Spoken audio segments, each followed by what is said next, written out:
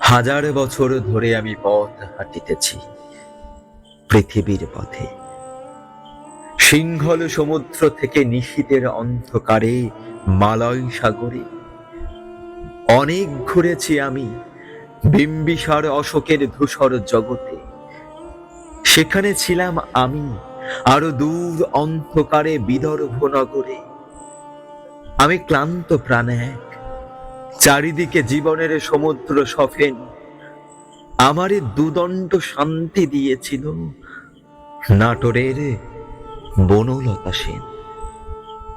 চুল তার কবেকার অন্ধকার বিদিশার নিশা, মুখ তার শ্রাবস্তিরই কারুকার্য।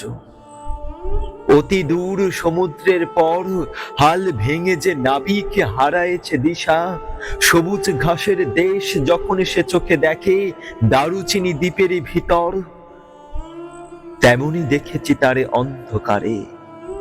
বলেছে সে, এতদিন কোথায় ছিলেন? পাখির নীরের মতো চোখ তুলে নাটোরের বনলতা সেন। সমস্ত দিনের শেষে শিশিরের মতন সন্ধ্যা আসে, ডানার রৌদ্রের গন্ধ মুছে ফেলেছে। পৃথিবীর সব রং নিভে গেলে পাণ্ডুলিপি করে আয়োজন।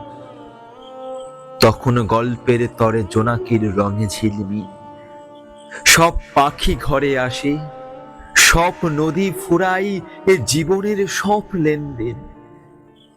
থাকে শুধু অন্ধকার, মুখোমুখি বসিবার বনলতা সেন।